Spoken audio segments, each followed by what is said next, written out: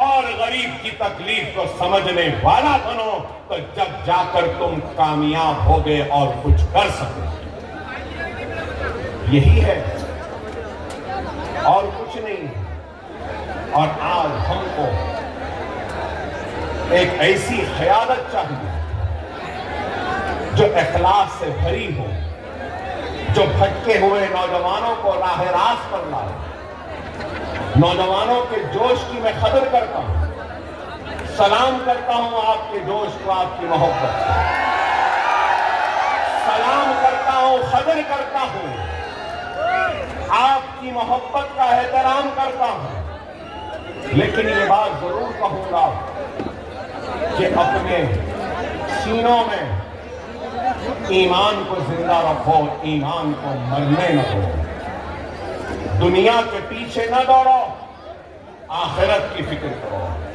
یہ دنیا فانی ہے، یہ دنیا حسین ہے، دنیا جمیل ہے، دنیا خوبصورت ہے، لیکن یاد رکھو یہ دنیا ختم ہونے والی ہے۔ کسی کو آگے تو کسی کو پیچھے، ہم سب کو دنیا کو چھوڑ کر جانا ہے، اللہ کو منہ دکھانا ہے، اور اللہ ہم سے پوچھے گا کہ تو نے کیا کیا ہے؟ تو اللہ کے سامنے حاضر ہوتے وقت کچھ تو ایسا کر لو جس سے کہ اللہ تم سے راضی ہو جائے، اللہ خوش ہو جائے اور تمہاری آخرت سنور جائے۔ ابھی آیا، لوگوں نے کہا شیر آیا، شیر آیا۔ نہیں میرے بھائی، میں کوئی شیر ویر نہیں، نہ ہی مجھے شیر بننے کا شوق ہے۔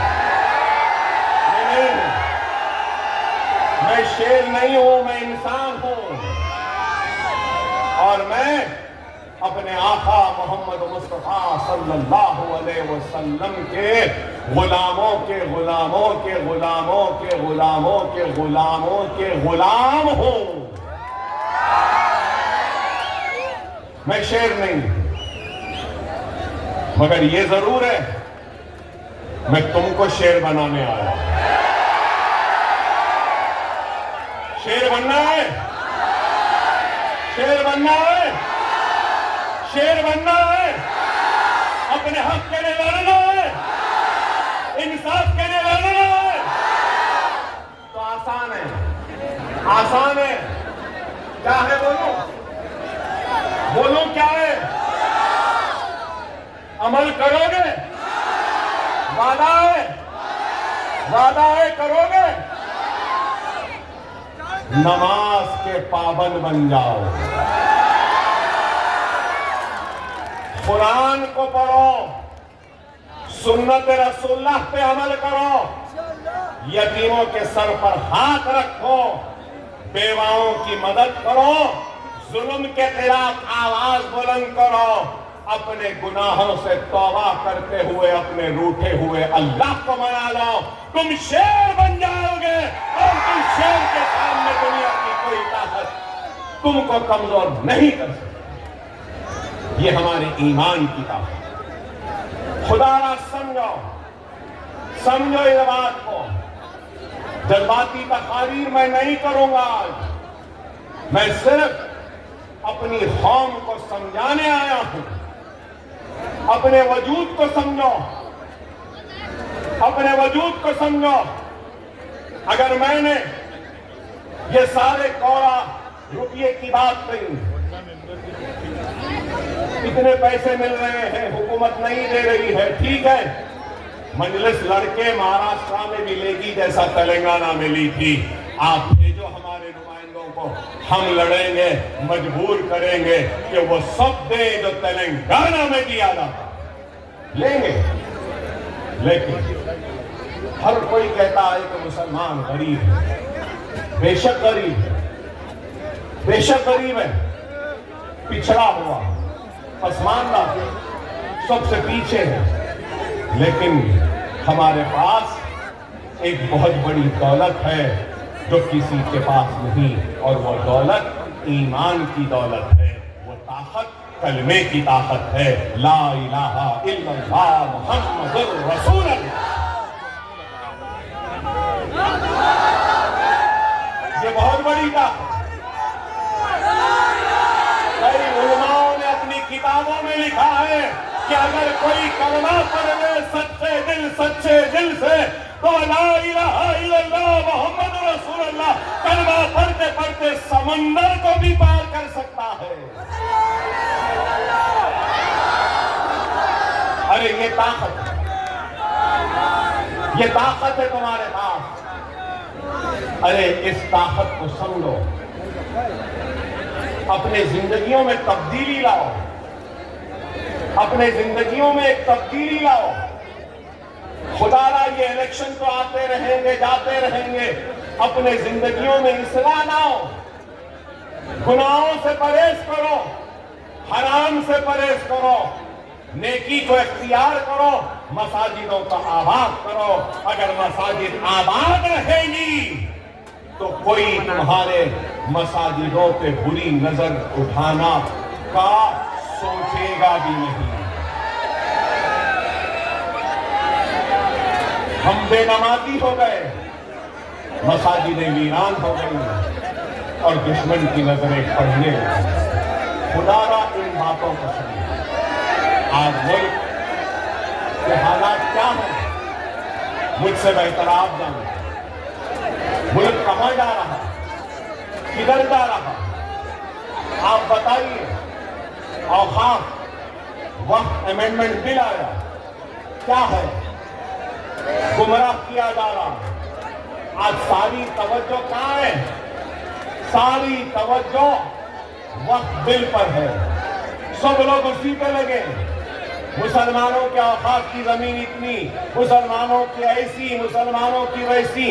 ارے ہمارے وقت کی زمین ہماری ہے، ہمارے آبا و اجداد، ہمارے بڑوں نے، ہمارے بزرگوں نے وقت کیا ہے ایک مقصد کے لیے۔ وقت کیا ہے تو یتیموں کے لیے، یسیروں کے لیے وقت کیا ہے، بیواؤں کے لیے وقت کیا ہے، بیماروں کے علاج کے لیے وقت کیا ہے، تو تعلیم کے لیے، بھئی مقاصد کے لیے کیا ہے۔ لیکن آج ان کو فکر ہے تو وہ زمین چھین لیں۔ آپ بتائیے، ہمارے ایمان کا ایک حصہ ہے وقت، اور آج وقت بل جو آیا ہے اس وقت بل میں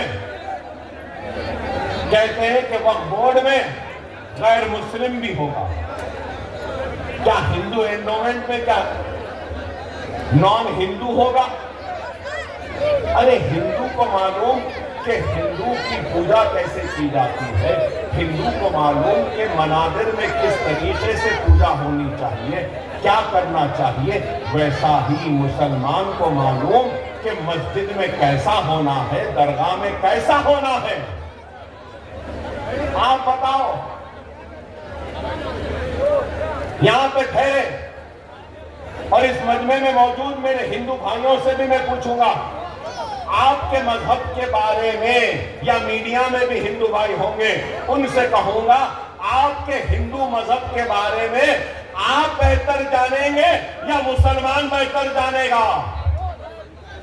ایک ہندو مذہب کے پوجا کس طریقے سے ہو، ایک پجاری بہتر جانے گا یا ایک مسلمان جانے گا؟ مگر آپ دیکھو کس طریقے سے آج ہراساں و پریشان کیا جا رہا ہے۔ کیا ہے، کدھر ہے؟ آپ کو غور و فکر کرنی چاہیے۔ اب میں آیا، جیسے آتے ہی پولیس والوں نے مجھے ایک نوٹس دے دی، کہا کہ اکبر صاحب آپ اس پہ دستخط کر دیں۔ چلیے میں کر دیتا ہوں کہ آپ شہر کی پرامن فضا کو نہیں بگاڑیں گے۔ کیا اب تک میں نے کوئی ایسی بات کہی جس سے کہ شہر کا امن متاثر ہے؟ ٹھیک ہے، دے دیے، لے لیا۔ یہ قانون کے محافظین ہیں، میں قانون بنانے والا ہوں۔ تو قانون کا احترام کرنا میری ذمہ داری، قانون کا اطلاق کرنا ان کی ذمہ داری۔ انہوں نے ان کی ذمہ داری نبھائی، میں اپنی ذمہ داری نبھا رہا ہوں۔ لیکن میں ٹھہر کر سوال تو کر سکتا ہوں نا۔ رسول اللہ صلی اللہ علیہ وسلم کی شان میں ایک شخص نے مسلسل گستاخی کی، مسلسل ہمارے دلوں کو ٹھیس پہنچائی، ہمارے آقا کا گستاخیوں کا سلسلہ جاری رکھا، اور اس شخص پر آج تک بھی اس شخص کی نہ گرفتاری ہوئی، نہ وہ جیل میں گیا، نہ اس کو پولیس پکڑی، مگر میں مسلمان مالیگاؤں کو آیا تو نوٹس مل گیا۔ کیا یہ انصاف ہے؟ کیا یہ انصاف ہے؟ ارے انصاف کا تقاضا ہے کہ ہر وہ شخص جو مذہبی منافرت پھیلاتا ہے اور ہندو مسلمان کے بیچ میں تفرقہ ڈالتا ہے، ان کو بانٹتا ہے، ان کو لڑاتا ہے، حکومت کو اور پولیس کو چاہیے کہ ایسے لوگوں کو گرفتار کرے اور جیل میں ڈال دے، تاکہ ہندو اور مسلمانوں کے بیچ میں کوئی دیوار نہ پیدا ہو۔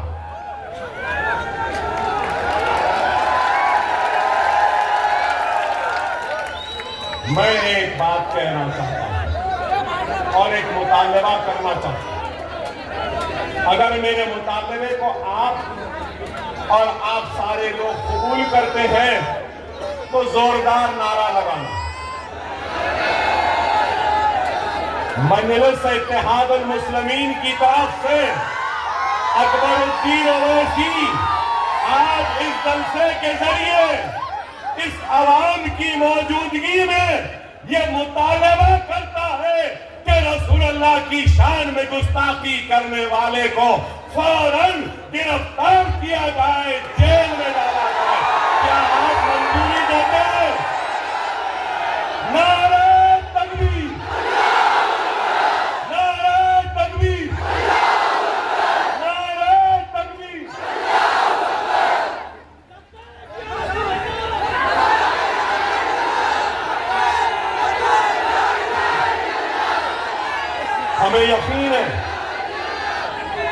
ہمیں یقین ہے کہ ملک کا قانون ضرور رسول اللہ کی شان میں گستاخی کرنے والے کو پکڑے گا۔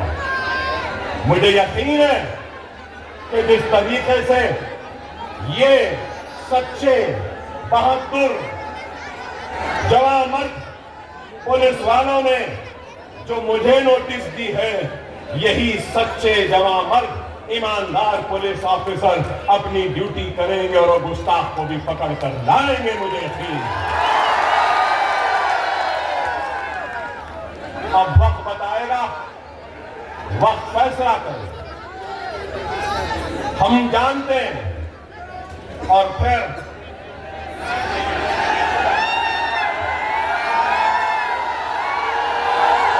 آپ بتائیے کہ اتر پردیش کے وزیر اعلیٰ، اتر پردیش کے چیف منسٹر نے ایک بیان کیا اور بیان میں کہا بٹو گے تو کٹو گے۔ یہاں میڈیا والے بیٹھے ہیں، میں میڈیا والوں سے ایک چھوٹا سا مشورہ دوں گا آپ کو۔ ذرا یوگی صاحب سے پوچھئے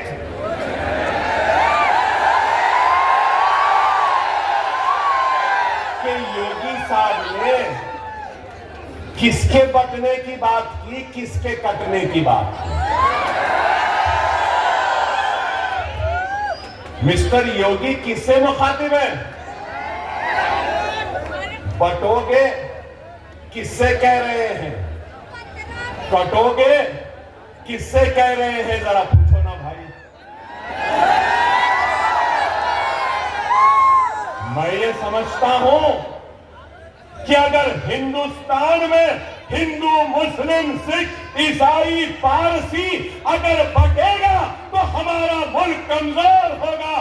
اگر ہم سب ایک رہیں گے، ہندو، مسلم، سکھ، عیسائی، تو وہ دن دور نہیں کہ ہندوستان دنیا کا سپر پاور بن جائے گا۔ صحیح ہے یا غلط؟ پتہ نہیں یہ یوگی کس کس کے بٹنے کی بات کر رہے ہیں؟ کس کے کٹنے کی بات کر رہے ہیں؟ کٹوانے کی سیاست کرنے والے آج بانٹنے اور کٹانے کی بات کر رہے ہیں۔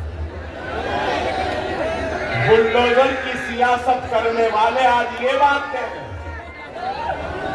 موب لنچنگ، لو جہاد کے نام پر کاٹنے والے یہ بات کہہ رہے ہیں، اور یہی لوگ ہیں جو ملک کو کمزور کر رہے ہیں۔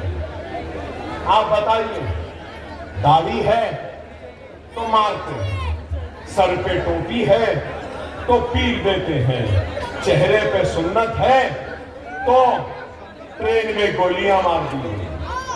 کیا سزا ہے؟ کیا ہے گناہ؟ سر پہ ٹوپی ہے، چہرے پہ سنت ہے، گوشت ہے تو نئی بیف ہے، کہہ دیے مار دی۔ موب لنچنگ، ارے آپ بتاؤ، گھر واپسی کے نام پر اب وقف ایکٹ ہے، تو آپ غور کرو میرے بھائی، یہ سب چیزیں کیا ہیں؟ میں آج اس جلسے سے نہ صرف مسلمانوں سے بلکہ میرے ہندو بھائیوں سے اپیل کروں گا کہ خدا را یہ مودی یوگی کے باتوں میں نہ جاؤ، اس ملک کو کمزور ہونے مت دو، یہ مذہب اور نفرت کی سیاست سے اعتراض کرو اور ترقی کے سیاست کو تھما لو۔ آؤ ہم اور تم مل کر اس ملک کو آگے بڑھائیں۔ لیکن آج کیا ہو رہا ہے بتائیے؟ میں آپ سے یہی اپیل کرنے آیا ہوں کہ خدا را سمجھو حالات کیا ہیں، حالات کیا ہیں۔ آج آپ مہاراشٹرا کی سیاست کو دیکھیے، مہاراشٹرا کی سیاست کو دیکھیے کہ کیا ہے۔ میں ہمارے پولیس آفیسر سے ریکویسٹ کروں گا، پلیز، ڈسٹربنس ہو رہا ہے صاحب، 10 منٹ ہے، مجھے بولنے دیجیے پلیز۔ اور میں پبلک سے بھی ریکویسٹ کروں گا کہ جو جہاں ہے وہاں ٹھہر جائے۔ دیکھو یہ اپنی ڈیوٹی کر رہے ہیں، ٹھہر جاؤ۔ 10 منٹ میں ختم کر دوں گا اپنی تقریر، سمجھو 10 منٹ ہے۔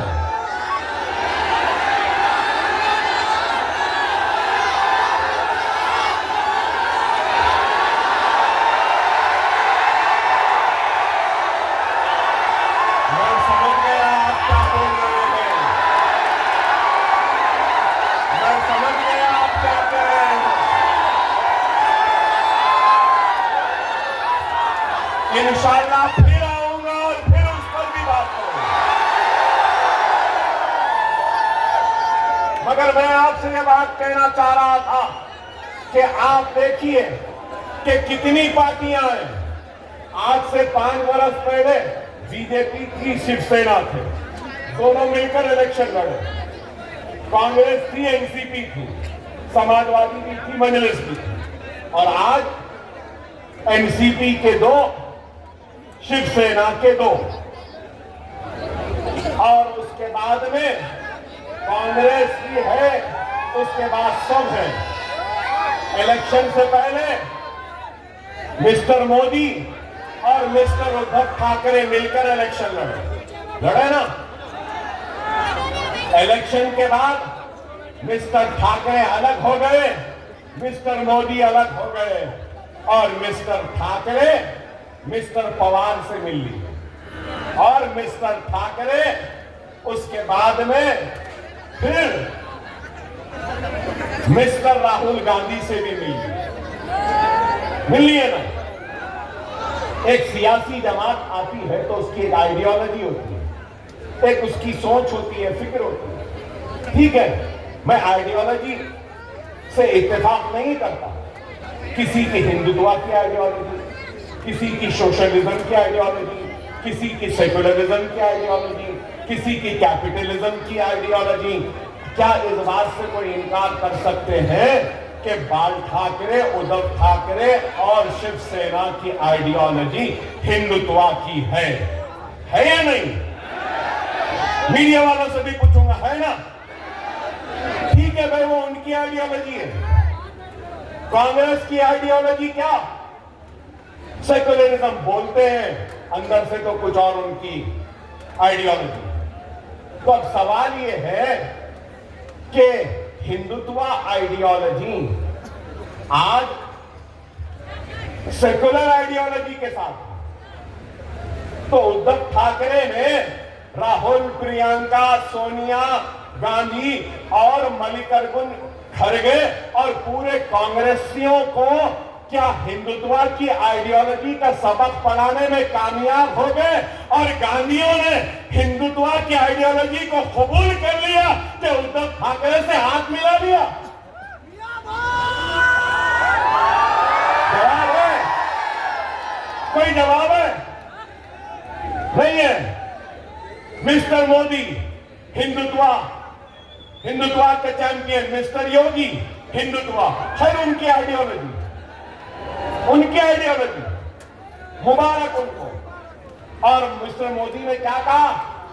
نہ کھاؤں گا نہ کھانے دوں گا، 15 لاکھ واپس لاؤں گا، کرپشن کا خاتمہ کروں گا، ڈی مانیٹائزیشن۔ ارے واہ، کیا باتیں تھے مسٹر مودی کے کہ اجیت پوار شرد پوار کو چھوڑ دیے اور کرپشن سے یہ مسٹر مودی یوگی ہاتھ ملا لیے۔ گیا نہیں؟ اب آپ دیکھو کیا ہے۔ اور پھر گارنٹیز کا وقت آ گیا، کوئی 5 گارنٹی، کوئی 6 گارنٹی۔ کانگریس شاید آج اعلان کرنے والی تھی ان کا مینیفیسٹو۔ ہمارے ریاست میں بھی کئی گارنٹیز دیے۔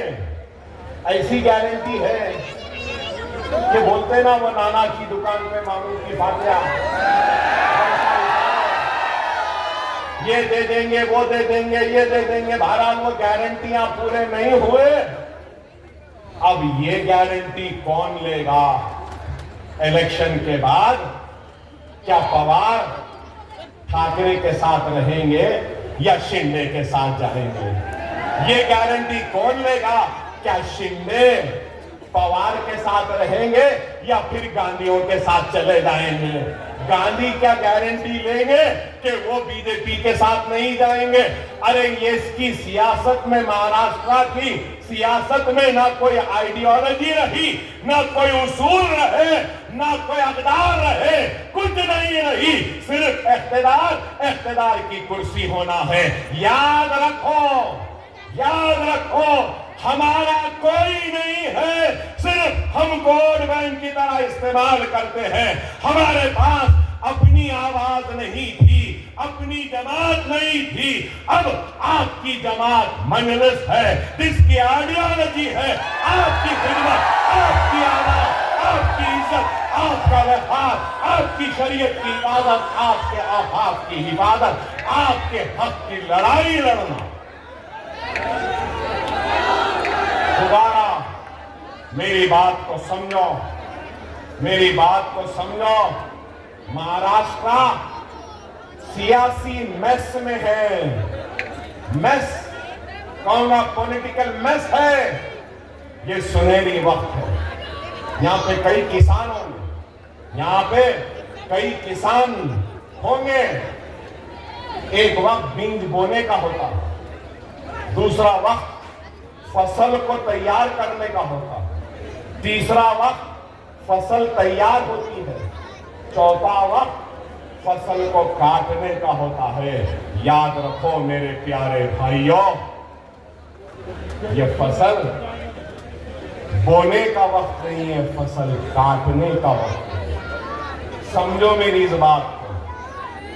اگر مجلس کے 5 یا 7 MLAs آ گئے نا 16 میں سے، تو میری اسٹیشن گوئی کو یاد رکھ لو، تمہاری اور ہماری کے مرضی کے بغیر کوئی تخت پہ نہیں بیٹھ سکتا۔ ہم بادشاہ گر ہوں گے، اور جب ہم بولیں گے کہ کیا دے رہے، بچوں کو اسکالرشپ دو, یہاں پہ پاور لوم کو مضبوط کرو.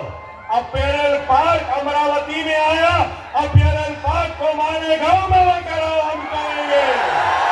یہاں کی سمجھ کو اجڑنے سے بچاؤ, یہاں کے بچوں کے مستقبل کے لیے لڑیں گے, اور ہم کہیں گے ہم کو یہ ہونا, یہ ہونا, یہ ہونا, یہ ہونا.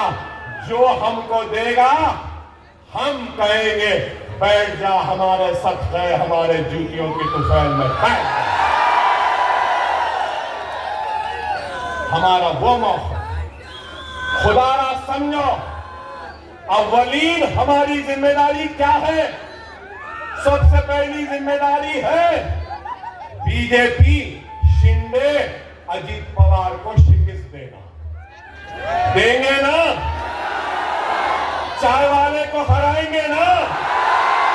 وہ یوگی کو ہرائیں گے نا؟ وہ کرپ اجیت پوار کو ہرائیں گے نا؟ وہ شندے کو ہرائیں گے نا؟ اس کے بعد میں ذمہ داری ہے تو کیا ہے؟ مجلس جہاں ہے اس کو جتانا. جتائیں گے نا؟ ہوشیاری سے ووٹ کا استعمال کرو, کہیں ایسا نہ ہو جائے کہ آپ کا ووٹ بی جے پی کے دامن میں نہ چلا جائے. خدا را اپنے ووٹ کا صحیح استعمال کرو. ابھی 2 منٹ ہے, 2 منٹ ہے, اپنے ووٹ کا صحیح استعمال کرو. اگر میں یہی کہوں گا مجلس کو بھی نہیں لینا چاہتے ہیں تو یہ سمجھ لو اچھائی اور مقابلے میں اگر کوئی ہے تو برائی ہے. اپنے ووٹ کو اچھائی کے لیے استعمال کرو, اپنے ووٹ کو خوشحالی کے لیے استعمال کرو, اپنے ووٹ کو نشہ مکت مالیگاؤں بنانے کے لیے استعمال کرو, اپنے ووٹ کو ظالموں کے خلاف استعمال کرو, اپنے ووٹ کو ان لوگوں کے حق میں استعمال کرو جو آپ کی آواز بنتے ہیں. اکبر الدین اویسی آپ کا تھا, آپ کا ہے, آپ کا رہے گا. وعدہ کیا